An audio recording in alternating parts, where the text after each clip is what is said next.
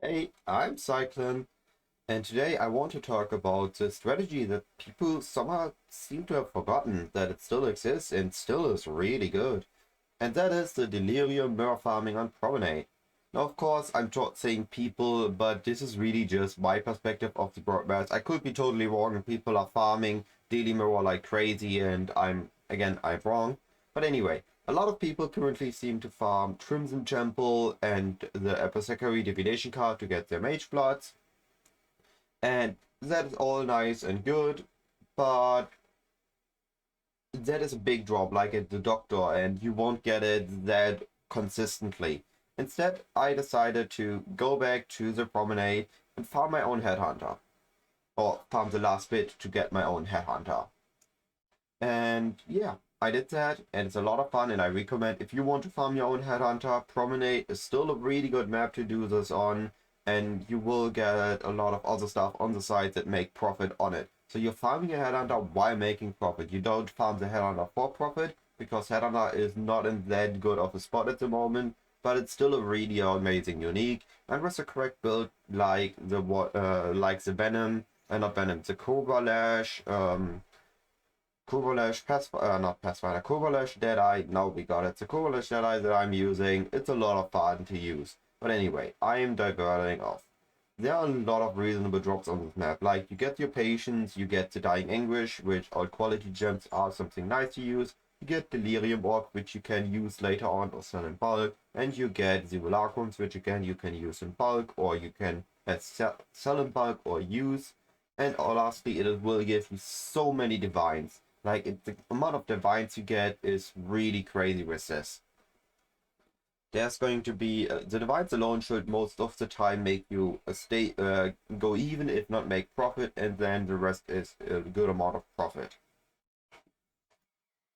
Now let's get into the strategy itself. I've made 2 trees, and as usual, if you go to the description, go to my spreadsheet, there will be a new tab that is a Deli Mirror Farming, where you can find all the information again at any point's notice, as well as a bit of a spreadsheet of what I've made. It's not fully accurate, I've not finished the spreadsheet part, but the upper part for what you use, what tree, what sextant, what scarab is up to date, if you want to take a look at that while listening to me explaining what we are doing here. Anyway, the minimal and the full tree version are two big key differences than some slight other passives. The two differences are the Descent into Madness and the Belly of Darkness. Belly of Darkness is recommended to use once you have a Headhunter, but it can also work if you only have an Inspired Learning. The reason we use this with an Inspired Learning already is that we add more variety on the rare modifiers on the enemies. If there's more variety, that means you still will steal more buffs.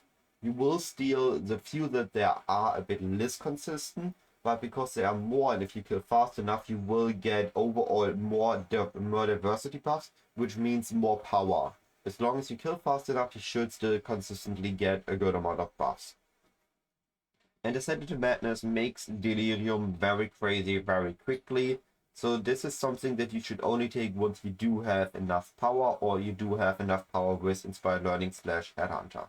The third thing that is a big difference is the Blight. Now, in the full version, we are using Blight with immune response to get a crazy amount of enemies, which will result with beyond an even more crazy amount of enemies and a lot of drops. But in the early version, I would say instead, don't go for that. Instead, you will just use the Legion, but that is growing ahead. So the new thing is basically that we can now block. We can block Expedition, Harvest, Ritual, Deli Mirror, because we already want that anyway, and Metamorph, which will result in us more often getting the Smuggler Stash, which is easy profit, not profit, easy loot, and then getting more breaches, a Legion, or an Abyss, which the Abyss, by the way, we only take if it goes in the right direction. If it goes backwards, you might want to just skip the Abyss and just continue with the map, because you don't want to use your Delirium, of course.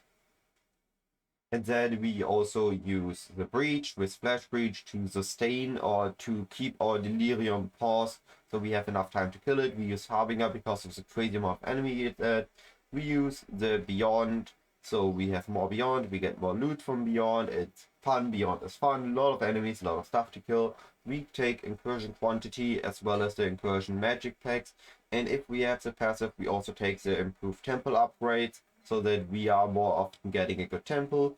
We use the Delirium, getting more bosses and the small more splinters in front of it, as well as the slower disappearing Delirium fog, and the faster extending Delirium fog with the tiny node for splinters in front of it again.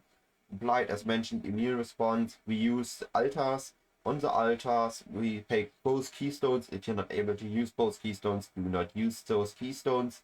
Just use only the Eat of World influence or only the Searing Exarch influence. I went with Eat of Worlds because I still haven't finished the challenge for that yet. On the altars itself, you want only go for the player debuffs or player difficulty increases when you see more quantity or divination duping and you are capable of doing the negative modifiers.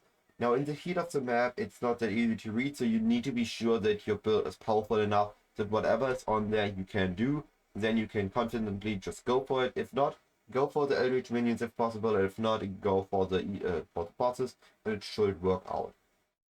On the tree, you can also see that I picked up the favorite keystone to sustain Promenade. The issue is that with the Promenade and the drop corrupted, what we are doing, which will be seen in the next slide, is that a lot of Promenades you get are corrupted. So you need to sustain more than that to be able to sustain the Promenades. And then lastly, the big difference between previous trees and this one is that we go over the top of the tree to get the increased modifiers, because we only have 2 Beyonds, one on the map and one on the Sextant, and then the mini Beyond on the tree. We don't have triple Beyond, so we take the increased modifiers, so we have increased Beyond chance, which means more enemies again and also a good amount of more quantity. Now onto the other parts that we need. We do need our Master Mission Alva Incursion for all the good amount of enemies that we get. On the map device, we usually use Breach. Now, there could be the chance that the Delirium Mirror Sextant with 4 users for some reason goes above 60 chaos, which at that point we will just use the Delirium Mirror on the map device, because it's at 16 chaos, so in 4 maps that is 64 chaos. At that point, just use it for less hassle and buy the Breach, which is a lot cheaper, and just use the Breach Sextant instead of the Delirium Sextant. For the other Sextants, we want unique, and we want them to drop corrupted stuff for more Sixlings and hopefully not break Headhunter or Magebloods. We want Beyond for more enemies, and we want Hunter Traitor. Now, if we don't have Master Missions for the Alva, we do want to use Alva instead of the Hunter Traitors. And that brings us to the Scarabs. Scarabs, as mentioned, we can use Rusted Legion, but I prefer Rusted Blight for the more enemies, and then we use Polished, Harbinger, Breach, and Divination. And for all 3, it's basically, the gilded ones are a bit too pricey to be worth it, so we just use the Polished instead. They are at the proper price point to be worth running, and the Harbinger Breach just add a ton of enemies that you can kill, a ton of Beyond because of that, and that means a ton of loot. And lastly, let's come to the expected returns. Now, in 4 maps, because I don't know, some people take longer, some people take less, I won't say a return per hour, I will say a return per map. You have between 2 and 4 simulacrums based on how juicy the maps were because of positioning of Alvas, Blight, the Religion, and whatnot. You will get 1 Alva temple that could have a corruption chamber, gem corruption, sacrifice room, or maybe just something to run for a bit of more experience. You will get between 6 and 8 Deliriums on average.